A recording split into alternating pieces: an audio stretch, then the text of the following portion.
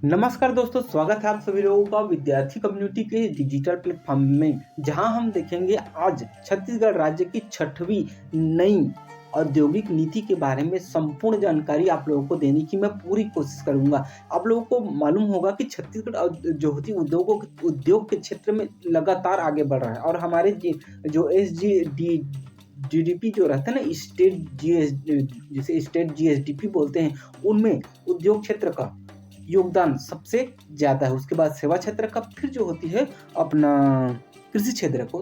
तो ऐसे में बहुत ही महत्वपूर्ण हो जाता है कि हमारे उद्योग क्षेत्र को अच्छे से मैनेज करने के लिए और इनके और अधिक विकास के लिए एक अच्छी औद्योगिक नीति या फिर औद्योगिक पॉलिसी होनी चाहिए।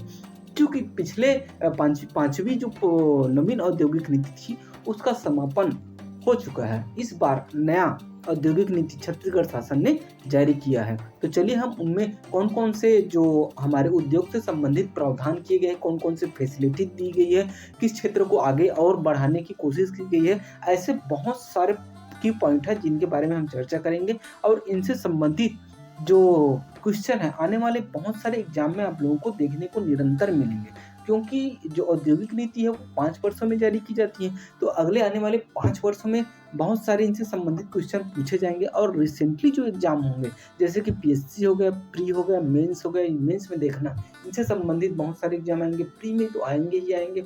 सीजीएसआई का एग्जाम होगा, अपना पुलिस विभाग में सूबेदार का एग्जाम होगा, आरक्षक का एग्जाम होगा, लैब टेक्नीशियन का एग्जाम होगा, शिक्षा कर्मी का एग्जाम होगा। उनमें देखना कंटिन्यू जो होती इनसे संबंधित क्वेश्चन पूछे जाएंगे। तो चलिए हम स्टार्ट करते हैं आज का वीडियो। नवीन औद्योगिक नीति विकास नीति, नवीन औद्योगिक विकास नीति जो कि 2024 से लेकर 2030 की समयावधि दी गई है। इनका अगर हम डेट की बात करें तो 1 नवंबर 2024 से प्रारंभ होकर 31 मार्च 2030 तक इसे रखा गया है।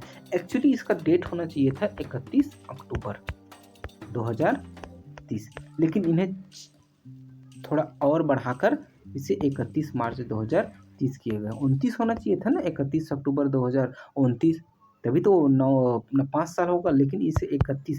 तो इसके पीछे का रीजन ये हो सकता है कि हमारा जो वित्तीय वर्ष होता है वो 1 अप्रैल से लेकर 31 मार्च तक रहता है। तो शायद ही ऐसा हो सकता है कि इसे हमारे वित्तीय वर्ष और जो औद्योगिक नीति को एक साथ लागू करने के ऐसा मूड में होगा छत्तीसगढ़ शासन। इसी के लिए इसे इस तर्ज पर 4 महीने बढ़ाया गया है। अमृत काल छत्तीसगढ़ विजन 2047। आप लोगों को मालूम होगा छत्तीसगढ़ शासन का ऐसी योजना चल रहा है कि 2047 तक छत्तीसगढ़ को एक विकसित राज्य के रूप में उभारना है। ठीक है।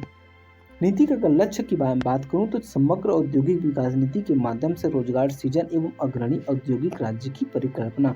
मैं यहाँ आप लोगों को वीडियो के माध्यम से आप लोगों को किस तरह से इस औद्योगिक नीति को पढ़ना है और याद करना है, ऐसे ट्रिक आप लोगों को बताऊंगा।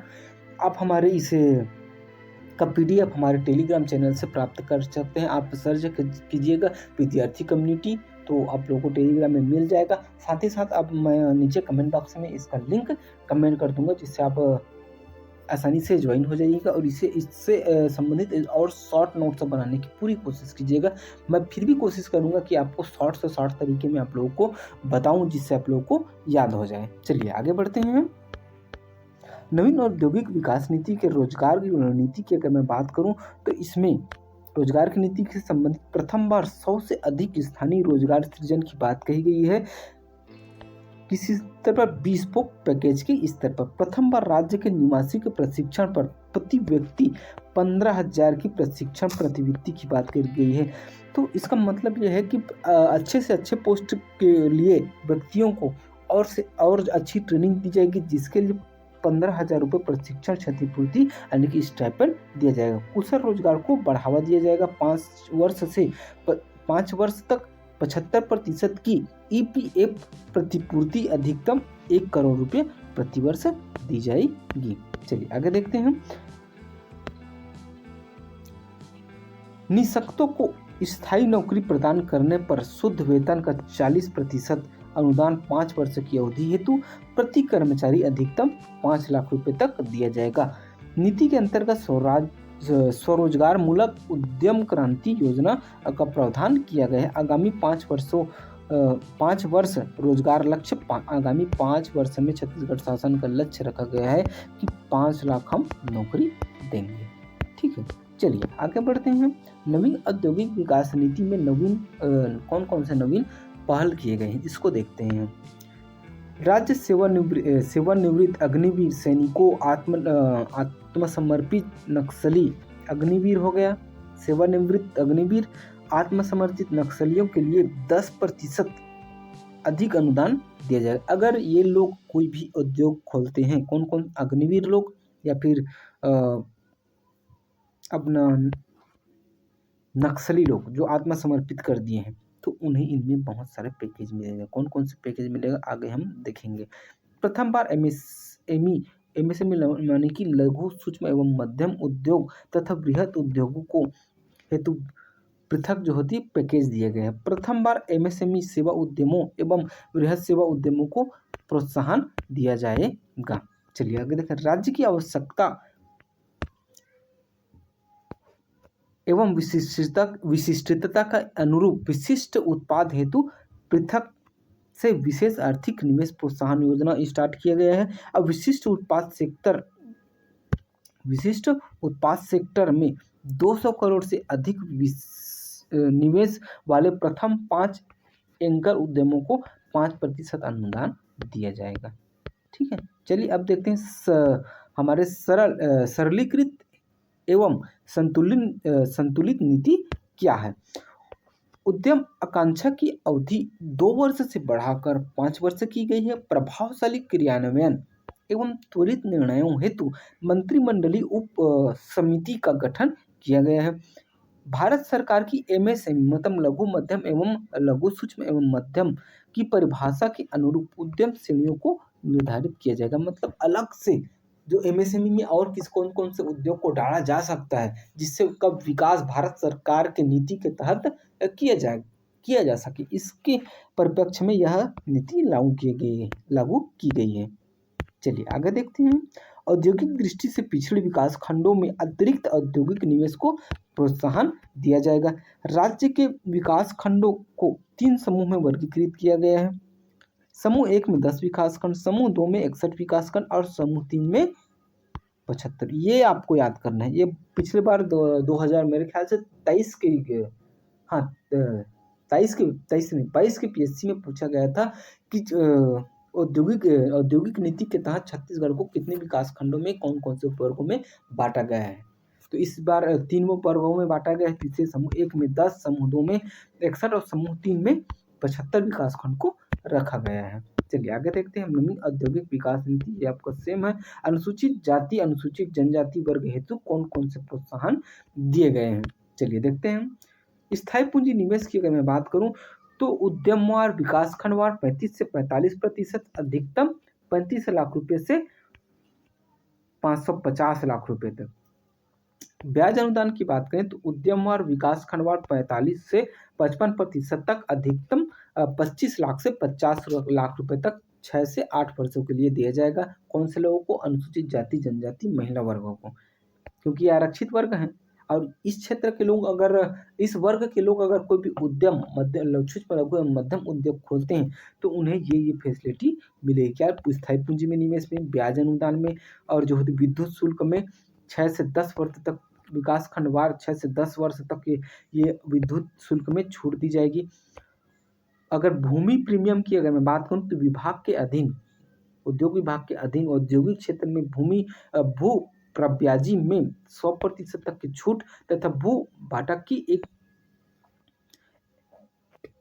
प्रति एकड़ वार्षिक दी जाएगी। चलिए आगे देखते हैं।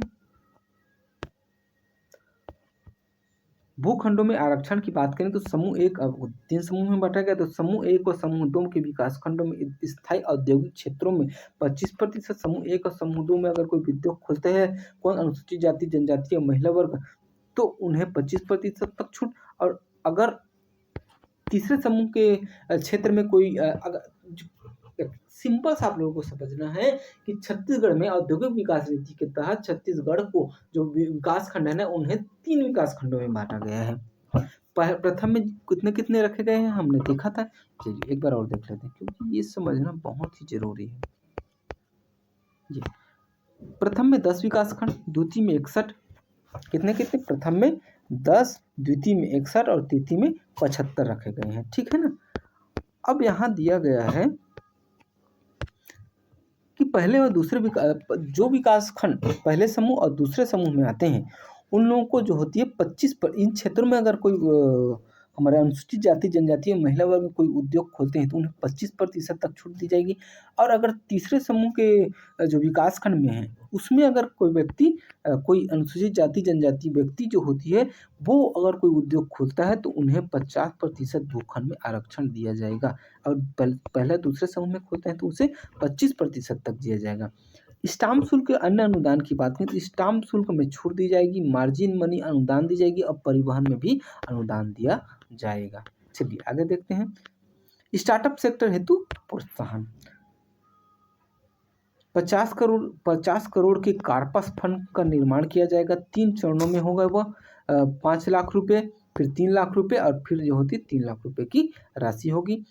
आगे अगर मैं देखूं तो क्रेडिट रिस्क फंड राशि 50 करोड़ रुपए तक की क्रेडिट रिस्क दी जाएगी, ठीक है। आगे देखते हैं, मैं आप लोगों को इम्पोर्टेंट चीज़ों को बता देता है।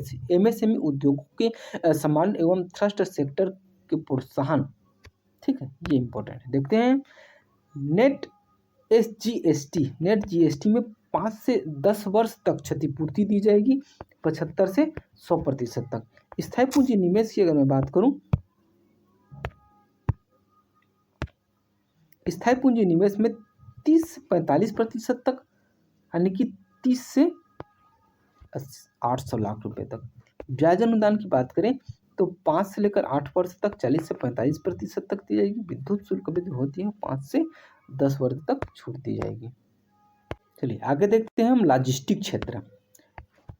आपको मालूम होगा छत्तीसगढ़ लॉजिस्टिक के क्षेत्र में बहुत आगे बढ़ रहा है। तो नेट SGST में लॉजिस्टिक क्षेत्र को 5 से 10 वर्ष तक क्षतिपूर्ति दी जाएगी। अधिकतम पूंजी निवेश 75%, जो अधिकतम पूंजी निवेश है वो 75% का, ठीक है ना। स्थायी पूंजी निवेश के अनुदान की बात करूं तो 35 से 55% तक यह छूट दी जाएगी, 1 रुपये से लेकर 10 करोड़ तक, ठीक है। ब्याज अगर कोई लॉजिस्टिक के क्षेत्र में, मतलब इसका लॉजिस्टिक क्षेत्र मतलब ये होता है कि लॉजिस्टिक के क्षेत्र में कोई अगर उद्योग खोलता है तो उन्हें ये सुविधाएं दी जाएगी। लघु मध्यम उद्योग में कोई अगर जो 3 क्षेत्र बांटे गए ना विकासखंड के, उसमें अगर अलग तो इनमें छूट की ही बात की गई है औद्योगिक नीति में, ठीक है ना। चलिए आगे देखते हैं। विद्युत शुल्क जो होती है 6 से 10 वर्ष तक, और परिवहन में भी जो होती है ये छूट दी जाएगी। चलिए आगे देखते हैं। कोर सेक्टर में जो होते हैं नीति में कोर सेक्टर उद्योगों को राज्य के लिए महत्व को ध्यान में रखते हुए इसे स्टील कोर सेक्टर एवं गैर स्टील कोर सेक्टर की श्रेणी में विभाजित, क्योंकि छत्तीसगढ़ में स्टील यानी कि आयरन का उत्पादन बहुत अधिक है। BSP यानी भिलाई स्टील संयंत्र प्रांत में आपको मालूम ही होगा, और छत्तीसगढ़ जो है स्टील के क्षेत्र में बहुत आगे ही है। छत्तीसगढ़ स्टील कोर क्षेत्र की बात करें, उद्योगों को नेट GST क्षतिपूर्ति, विद्युत शुल्क छूट, स्टाम्प शुल्क छूट, पंजीयन शुल्क छूट और जो होती है जल व्यय, ये सारी रॉयल्टी छूट दी जाएगी, ठीक है।